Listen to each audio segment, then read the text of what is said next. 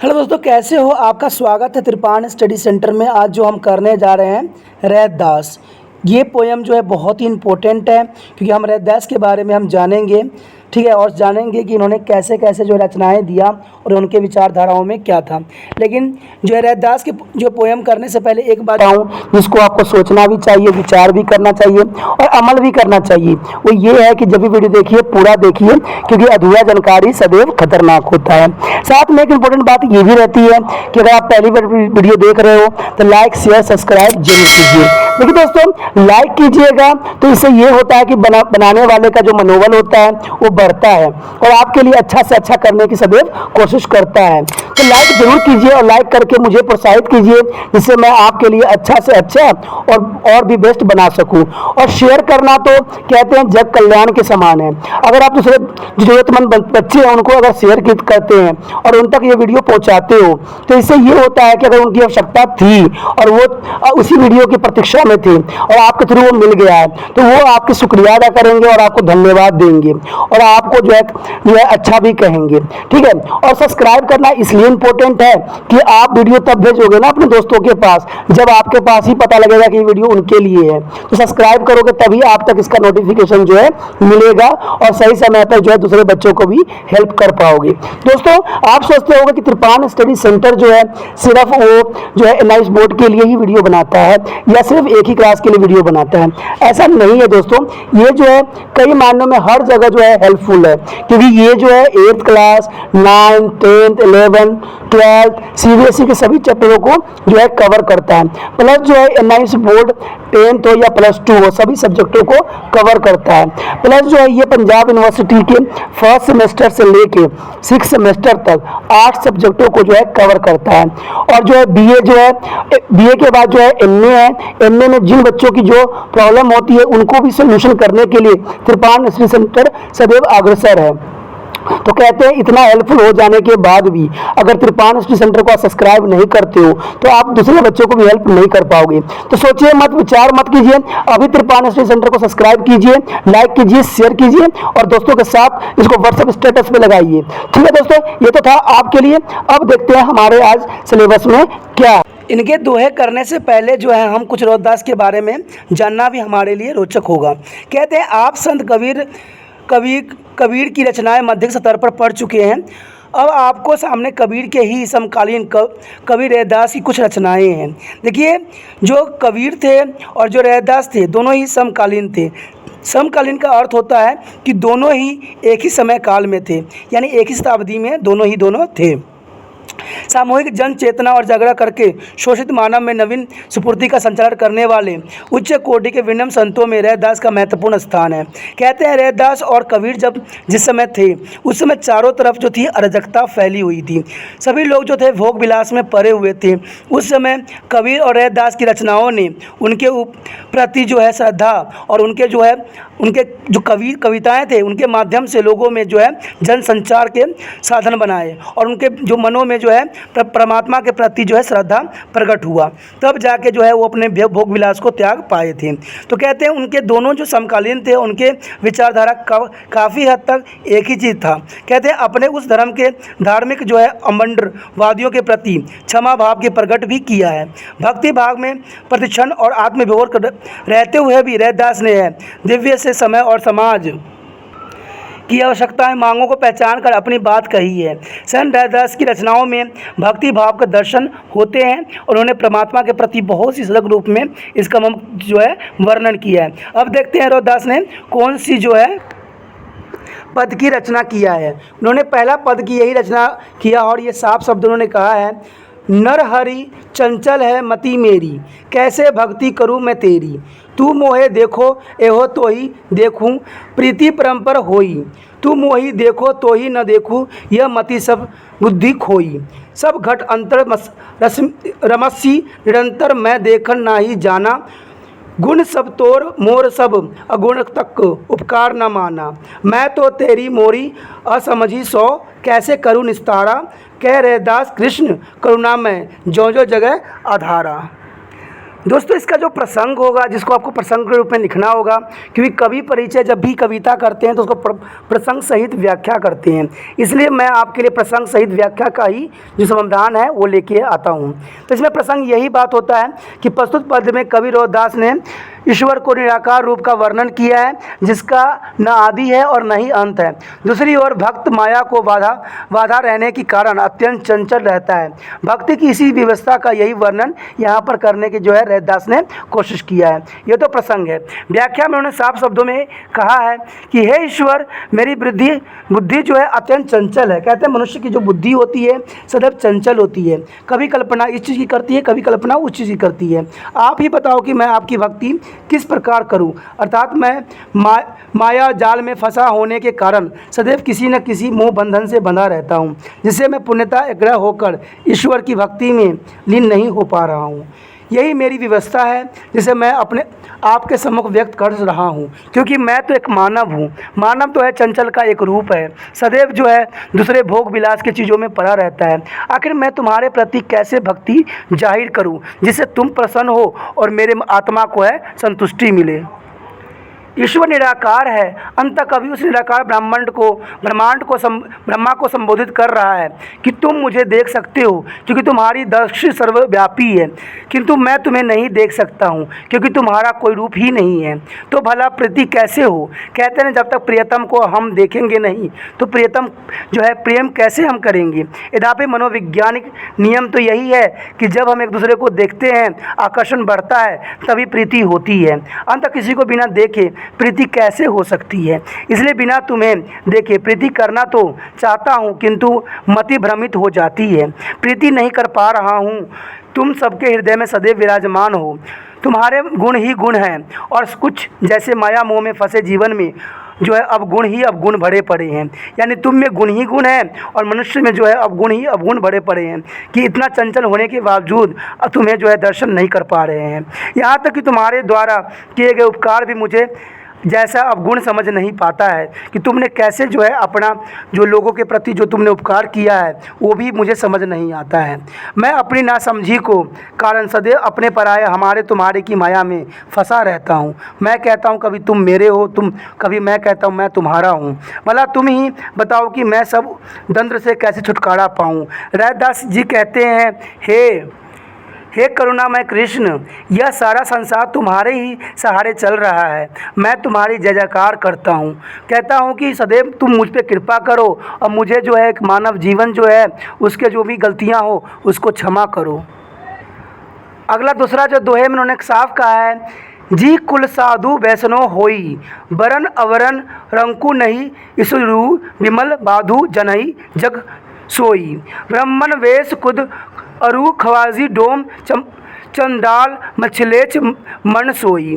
होई पुनीत भगवत भजन तो आपू तारी तारे कुल दोई। धनी सु गाऊ धनी सो ठाऊ, धनी पुनीत कटुम्ब सब लोई। निजी पिया सार रसु तजे आन रस होई, रस मगन डारे विखु खोई। पंडित सुर छत्रपति राजा भगत बराबरी आउरू न कोई। जैसे पैरोन पात रहे जल समीप मन, रविदास मन में जाहू ओई। इसमें जो है रोहितदास ने साफ शब्दों में प्रसंग इस तरह से कहा है कि इस पद द्वारा जो है संत रोहितदास यह प्रमाणित करना चाहते हैं कि भक्ति मार्ग में जाति पाति का कोई बंधन नहीं होता है। निज कहीं जाने वाली जाति में जन्म लेने वाली व्यक्ति जिसके हृदय में प्रेम भक्ति का संचार है वह ब्राह्मण से ही कहीं अधिक अच्छा है। जो भगवान की भक्ति के प्रति उदासीन है वही सर्वश्रेष्ठ है। तो इसमें साफ शब्दों उन्होंने कहा है कि जाति पाति का यहाँ पर कोई भी स्थान नहीं है। अब इसमें जो व्याख्या करना चाहते हैं, जो कहना चाहते हैं शब्द, वो कुछ इस तरह से है। संत रोहितदास भक्ति की महत्ता बताते हुए कहते हैं कि जिस कुल में ईश्वर भक्त जन्म ले वही कुल उच्च और पवित्र कुल माना जाता है, चाहे वह स्वर्ण कुल हो या अवर्ण, गरीब हो या अमीर। कहने का तात्पर्य साफ शब्दों में यही है कि ईश्वर की दृष्टि में सच्चा भक्त ही ईश्वर का प्रियतम व्यक्ति वही है जो पुण्य आत्मा है, अच्छे कर्म करने वाला है और सच्चे मन में ईश्वर की भक्ति करता है। इसी भाव को एक स्थान पर रहीम ने इस प्रकार व्यक्त किया है, ऊंचे कुल का जन्मिए करने न ऊंच होए, सुबरन कलश सूरा भरा साधु निंदय सोए। इसका अर्थ यही होता है कि कहते हैं ना कि बड़े कुल में जन्म लेने से कोई बड़ा नहीं होता है, जो भी बड़ा होता है अपने कर्मों से होता है, कोई साधु ही होता है। देखिए, अगर मान लीजिए कोई कलश है, अगर कलश में हम अगर शराब भर देते हैं तो कोई भी साधु है उसको निंदा ही करता है। कहते हैं अच्छा कलश हो जाने से उसमें जो भरा हुआ अगर पदार्थ गलत है तो उसको लोग गलत ही कहेंगे, अच्छा नहीं करेंगे। सेम ऐसा ही होता है, ऊंचे कुल के जन्म लेने वाला कभी भी ऊंचा नहीं होता है। सुबरन कलश सूरा भरा साधु निंदा सोए, यानी साधु जो होता है सदैव उस चीज़ की निंदा करता है, चाहे वो कलश जो है सोने का क्यों न हो। तो आगे पांडु कवि अपने उपयुक्त विचार की प्रस्तुति में कहता है कि चाहे व्यक्ति किसी भी वर्ग अथवा जाति का क्यों न हो, यदि वह सच्चे मन और पवित्र भाव से भगवान का भजन करे तो उसे स्वयं तो मुक्ति मिलती ही है, साथ ही उनके दोनों कुल माता पिता मुक्ति पा जाते हैं। कवि के कहने का तात्पर्य साफ शब्दों में यही है कि भगवान के भजन में बड़ी ही शक्ति है। धन्य है वह धरती, धन्य वह स्थान है, अन्य है उनके पवित्र परिवार के लोग जिनमें एक सच्चा भक्त जन्म लेता है। जिन भक्तों ने ईश्वर प्रेम रूपी रस का पान कर लिया हो उन्हें संसारी रस में कोई आनंद नहीं आता है, वह तो अपने प्रेम रूपी रस में ही मगन हो संसारिक माया रूपी विस्मकता आकस्मों से खोई खाई को समान फेंक देती है। तो यहाँ साफ शब्दों में जो है रैदास ये कहना चाहते हैं कि आज के समय जैसा भी है, कहते हैं ना सेम ऐसा ही समय उस समय था जब रैदास और कबीर जी थे। चारों तरफ जो थी कहते हैं भोग विलास फैली हुई थी, लोग एक दूसरे को ऐसे छीन छपोट रहे थे जैसे कुछ भी नहीं है। जैसे आज के समय में लोग थोड़ी सी आवश्यकता के लिए दूसरे व्यक्ति का कत्ल कर देते हैं। राजनीति में क्या होता है, थोड़े से जो है सीट पाने के लिए लोग क्या करते हैं, तरह तरह के प्रलापे करते हैं, तरह तरह के दंगा फसाद करवा रहे हैं। ऐसा ही कंडीशन रैदास के समय में भी था, तो उन्होंने कृष्ण भक्ति और भगवान की भक्ति को सबसे उचित माना था। कवि भक्त की महत्ता बताते हुए कवि कहते हैं कि पंडित वीर छत्रपति राजा कोई भी क्यों न हो वो भक्त की बराबरी नहीं कर सकता है। कहते हैं ना दोस्तों कि बड़ा होने से क्या हो सकता है, कोई पंडित ही हो और उसका आचरण जो हो गंदा हो तो वो पंडित नहीं होता है। लेकिन कहते हैं भक्त अगर तुच्छे भी हो फिर भी वो महान है। कहते हैं पंडित तो सुबह शाम लेके अगर मान लो दारू व मदिरा में ही खोया रहता है और भोग विलास में ही पड़ा रहता है तो वो भक्ति करके क्या फ़ायदा। कहते हैं ना वो ईश्वर के समीप रह के भी दुराचारी ही है और गलत इंसान ही है। लेकिन अगर भक्त भगवान से दूर भी है और अच्छे कर्म करता है, सादगी भरा जीवन जीता है तो सदैव ही वो जो है ईश्वर का बहुत ही प्रियतम ही कहलाएगा। कहते हैं वीर राजा हो या कोई रंक हो, सब ईश्वर के समान जो है सब बराबर है। ईश्वर कभी भी किसी को आगे नहीं मानते हैं, सबसे बड़ा जो है उनके लिए भक्ति ही जरूरी है। भक्त तो इन सबसे परे हैं। कबीर रैदास कहते हैं कि संसार में उसी तरह रहना चाहिए जैसे जल में कमल का पत्ता रहता है, जो जल में ही पैदा होता है और जल से ही प्राण शक्ति ग्रहण करते हुए भी जल की एक बूंद अपने ऊपर ठहरने नहीं देता है और अपने पानी के ऊपर ही तैरता रहता है। इसी प्रकार मनुष्य को भी संसार में पैदा होकर भी इसी में रहते हुए संसार में निरपेक्ष रहकर भक्ति में लीन रहना चाहिए। यहाँ पर साफ शब्दों में रैदास की विचारधारा ये है कि जैसे कमल होता है वो कीचड़ में ही खिलता है, कीचड़ में ही रहता है, लेकिन फिर भी उस पर कभी भी जो है पानी के एक बूंद भी उस पर टिक नहीं पाता है। आपने कभी देखा होगा कमल को, कमल जो होता है उसी में रहता है लेकिन उस पर जो है गंध या बुराई थोड़ा भी नहीं लगती है, सदैव चमकता रहता है। अगर आप इस संसार में हो, संसार में जीवित हो, जिंदा हो, रहते हो, कर्म करते हो तो सदैव याद रखना कि जो बुराई है उसको कभी मत सहना, बुराई से सदैव दूर रहना। जो व्यक्ति ऐसा कर लेता है कहते हैं उसके समक्ष सदैव ही प्रभु का निवास होता है, सदैव ही प्रभु उसके साथ रहते हैं। तीसरा पद में रैदास साफ शब्दों में ये कहते हैं, प्रभु जी तुम चंदन हम पानी, जाकी अंग बास समानी। प्रभु जी तुम धन बन हम मोड़ा, जैसे नित वत चंद चकोड़ा। प्रभु जी तुम दीपक हम बाती, जाकी ज्योति बैर दिन राती। प्रभु जी तुम मोती हम धागा, जैसे सुनहि मिलत सुहागा। प्रभु जी तुम स्वामी हम दासा, ऐसी भक्ति करो रौदासा। इस पांति का व्याख्या दोस्तों कुछ इस प्रकार से होगा।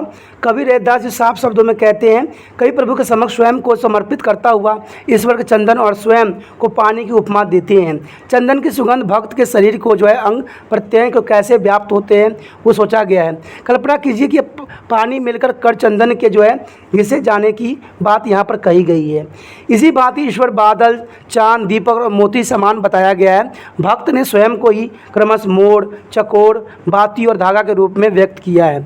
उन सब की तुलना करते हुए कवि ने भक्त और भगवान के अत्यंत संबंधों की चर्चा भी किया है और उन्होंने कहा है कि प्रभु अगर उन्होंने बादल है तो मैं मोर हूँ, ठीक है, वो चांद है तो मैं चकोर हूँ, वो दीपक है तो मैं बाती हूँ, वो मोती है तो मैं धागा हूँ।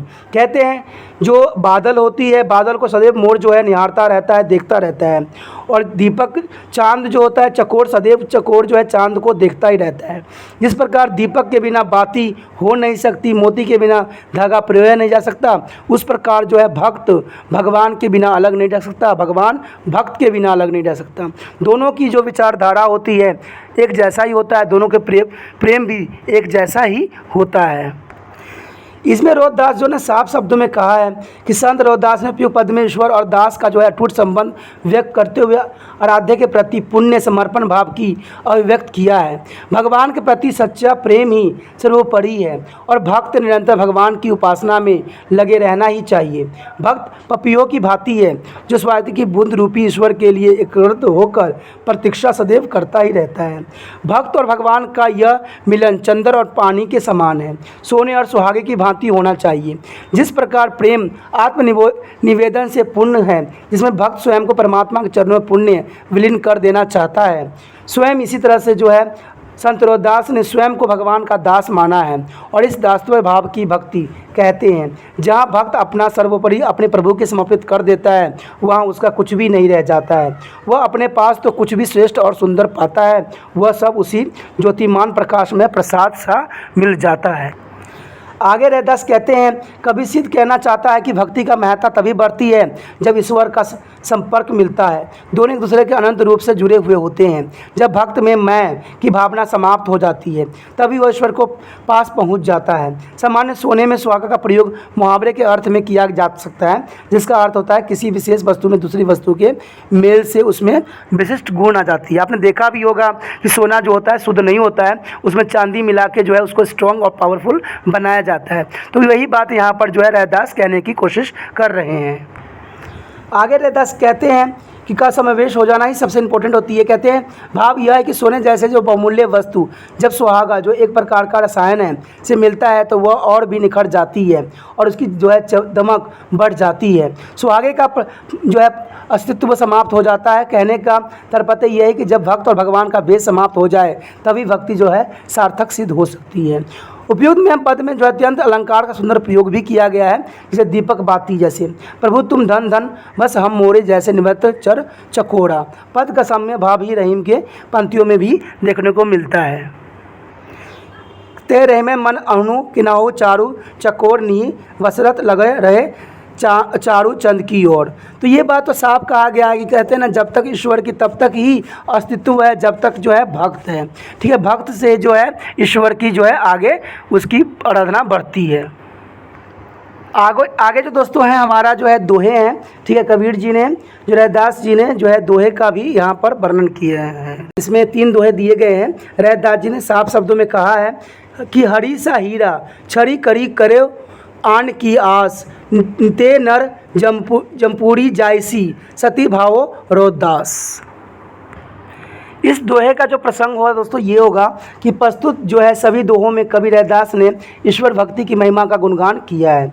इतना भी लिखते हो चाहिए कि जो कविता है हमारे हिंदी के पाठ्य पुस्तक से ली गई है। इसका जो लेखक है, इसका जो कवि हैं वो रैदास जी हैं। रैदास जी ने ईश्वर के प्रति जो है अपनी भक्ति और श्रद्धा को और महिमा को जो है यहाँ पर बखान किया है। इसमें जो है व्याख्या यानी इसका अर्थ जो कुछ हद तक ये होगा, कवि रैदास का सत्य कथन है कि ईश्वर भक्ति जैसा हीरा बड़े यत्नों से मिलते हैं। उसे छोड़ने से किसी अन्य संसारिक मोह माया की ओर चित्त लगने वाली व्यक्ति यानी यमलोक ही जाएगा।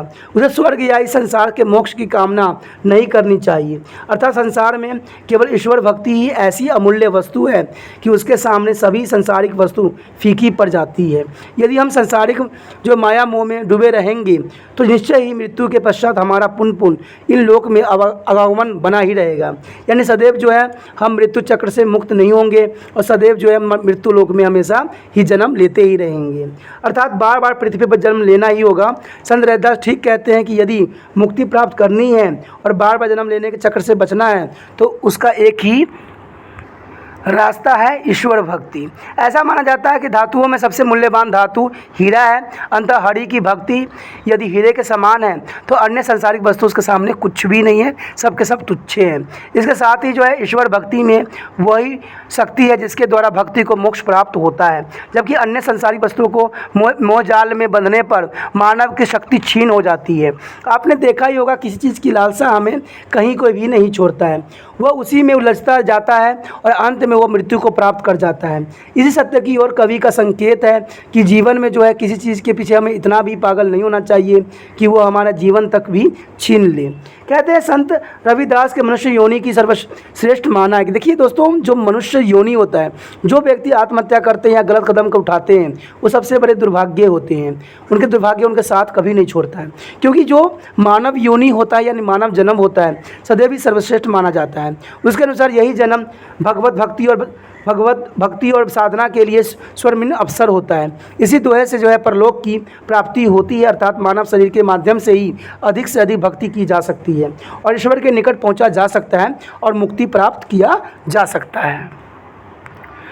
आगे रैदास कहते हैं, दूसरा जो लाइन है उसमें कहते हैं कि रैदास कहे जो को हृदय रहे रैनी दिन राम, सो भगता भगवान समी क्रोध न व्यापो काम।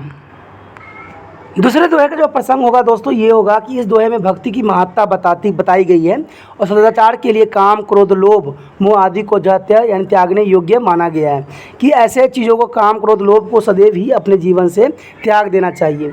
इसमें व्याख्या कुछ इस शब्दों में किया जा सकता है, यानी इसका अर्थ जो होगा कुछ इस तरह से होगा। संत रैदास के विचार से जिसके हृदय में रात दिन राम का नाम है, राम का वास है, वह भगवान के समान ही माना जाता है। ऐसे भक्त को काम क्रोध आदि की माया नहीं सताती है, क्योंकि वह इन सभी जंजालों से अपने आप को मुक्त कर लेता है, स्वयं को नियंत्रण करके ईश्वर भक्ति के परम पद पर पहुंच चुका होता है। कहने का तो यहाँ पर साफ शब्दों में यही है कि भक्ति मार्ग पर चलकर भक्त भगवान की श्रेणी में पहुंच जाता है। वह भक्ति की महिमा है। अंत इस उच्च पद पर पहुँचने के लिए मानव का जीवन में भक्ति के मार्ग पर चलना ही शिष्टाचार है। इसमें जो है रैदास ने साफ शब्दों में बात कहने की समझाने की कोशिश किया है कि अगर जो भक्त मोह माया काम क्रोध लोभ सबको मुक्त हो जाता है वो भगवान के समान हो जाता है, यानी भगवान के वो प्रिय हो जाता है और सदैव भगवान के साथ ही रहता है और वो जो है संसारिक जीवन से सदैव के लिए मुक्ति प्राप्त कर लेता है। तीसरा रैदास जी ने साफ शब्दों तीसरी लाइन में ये कहा है, जा दोषो घिन्न उपजे नरक कुंड है वास, प्रेम भक्ति ते उदरे प्रगट जन रैदास। रैदास की जो आखिरी और अंतिम जो है प्रसंग कुछ इस तरह से है। रैदास ने समाज में प्रचलित जाति प्रथा के कारण कुछ वर्णों में व्याप्तहीन ग्रंथ की जुखाड़ फेंकने के लिए भक्ति का सहारा लिया गया है। समाज के जो है मंडलियों को उन्होंने यह समझाने की कोशिश किया कि मात्र किसी जाति विषय में जन्म लेने से कोई व्यक्ति ऊंचे नीचे नहीं हो सकता है। अंत उसके बड़प्पन की कसौटी उसका चिंतन आचरण और कर्म उसी और संकेत से वह इस दोहे में अपनी विचार प्रकट करने की कोशिश कर रहे हैं। इसमें व्याख्या करते हुए रैदास जी कहते हैं कि समाजी दृष्टि से नीची कही जाने वाली जातियां जिन्हें देखकर उच्च वर्ग के लोग घृणा से मुख मोड़ लेते थे, वे लोग जिन बस्तियों में रहते थे वो नरक के समान गंदी थी, किंतु उन्हीं में से कोई भी मनुष्य ईश्वर भक्ति को प्रेम के बल पर अपने चिंतन और आचरण से प्रभु का भक्ति भी बन सकता है, यानी भक्त भी बन सकता है अगर उनके अच्छे आचरण हैं, उनके चित्त अच्छे हैं। कहते हैं दोस्तों, अमीर हो जाने से कोई ईश्वर का भक्त नहीं हो जाता। आपने देखा होगा कि मंत्री संतरी लोग अक्सर जो है भगवान के द्वार पे चक्कर लगाते हैं। उनको वो क्या लगता है कि भक्त भगवान जो है उनसे बहुत खुश हैं और बहुत ही उनसे प्रेम करते हैं, ऐसा नहीं है।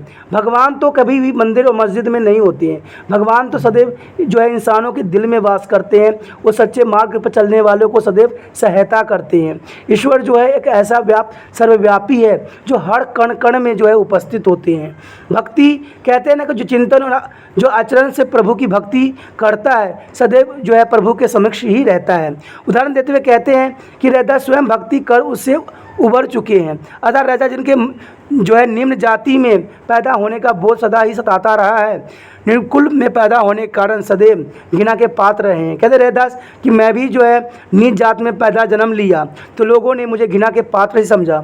लोगों की दृष्टि में उनका निवास नरक कुंड के समान है, यानी लोग जो समझते हैं कि जो रैदास है वो नरक कुंड में उपस्थित है, यानी उनका जात जो है नीच है। लेकिन क्योंकि वहाँ दिन रात चमड़े की साड़ और वातावरण दूषित रहता है, जहाँ पर वो रहते थे वहाँ पर चमड़े की जो है काफ़ी कार्य होता था, इसलिए लोग उनको नीच जैसा समझते थे। वही रहकर स्वयं रैदास ईश्वर भक्ति के बल पर समाज के लिए आदर्श बनकर प्रकट हुए। कवि के कहने का यही तात्पर्य है कि जाति पाति पूछी नहीं कोई, हरि के भजे सो हरि का होए। कहते हैं जाति पाति कभी नहीं कोई किसी के भक्ति के लिए पूछता है, जो भक्ति करता है वही भगवान को प्राप्त करेगा, चाहे किसी भी धर्म को हो, कोई भी जाति का हो। ईश्वर जो है परमात्मा है, वो सर्वव्यापी है, हर जगह उपस्थित है। हर को भी ईश्वर को भक्ति करने का अधिकार है। कोई भी जाति कोई भी धर्म के लोग किसी भी ईश्वर को जो है भक्ति कर सकते हैं, किसी भी ईश्वर को मान सकते हैं, क्योंकि ईश्वर जो है सर्वव्यापी है और जो है वो कण कण में उपस्थित है। इसी के साथ जो है दोस्तों हमारा टॉपिक आज खत्म हो रहा है। ठीक है, अगर आपको अच्छा लगा तो लाइक शेयर सब्सक्राइब जरूर कीजिए। अगर पहली बार अगर आप वीडियो देख रहे हो, पहली बार मेरे चैनल पे आए हो तो सब्सक्राइब करना आपका फर्ज बन जाता है। सब्सक्राइब करने से ये होगा कि जो भी मैं आप क्लास के रिगार्डिंग कोई भी वीडियो डालूंगा उसका नोटिफिकेशन जो है समय समय पर आपको प्राप्त होता रहेगा। अगर सब्सक्राइब नहीं कीजिएगा, अगर आप दोबारा से त्रिपाण सेंटर पर आने की कोशिश कीजिएगा तो वहाँ पर आप त्रिपाण लिखिएगा तो जो है वो त्रिपस कर देगा। ठीक है, जो आप गूगल पर सर्च करेंगे तो त्रिपस कर देगा, जिससे वजह से आप जो है मेरे वीडियो का जो है फायदा नहीं उठा पाओगे। तो सोचिए मत, विचार मत कीजिए, सब्सक्राइब कीजिए। आप सोचते होइएगा कि मेरे जो एग्जाम खत्म हो जाने के मेरा क्या जरूरत है त्रिपाण स्टडी सेंटर से। ठीक है, तो इसलिए सब्सक्राइब नहीं करने का सोचिएगा, लेकिन दोस्तों ऐसा नहीं है। त्रिपाण स्टडी सेंटर जो है बहुत हेल्पफुल है। क्योंकि ये जो है आपके 8th class 9th 10th 11th 12th जो आर्ट्स के सब्जेक्ट को कवर करता ही है, प्लस जो है ये NIC बोर्ड के जो है 10th +2 को भी कवर करता है। साथ में BA जो है फर्स्ट ईयर से लेकर 6 सेमेस्टर तक बच्चों के लिए ये अग्रसर रहेगा आर्ट्स सब्जेक्ट में। तो सोचिए नहीं, विचार नहीं कीजिए, काफी जो है त्रिपाण स्टडी सेंटर का फायदा ही फायदा है। ठीक है, अगर आप मुझे प्रोत्साहित करोगे तो आपके लिए मैं तरह तरह के वीडियो बनाऊंगा जो आपको फायदा पहुंचाएगा। एग्जाम के तौर पे मैं आपको जो है पेपर भी आपको सोल्यूशन करके दिखाऊंगा जो आपके लिए फायदेमंद रहेगा।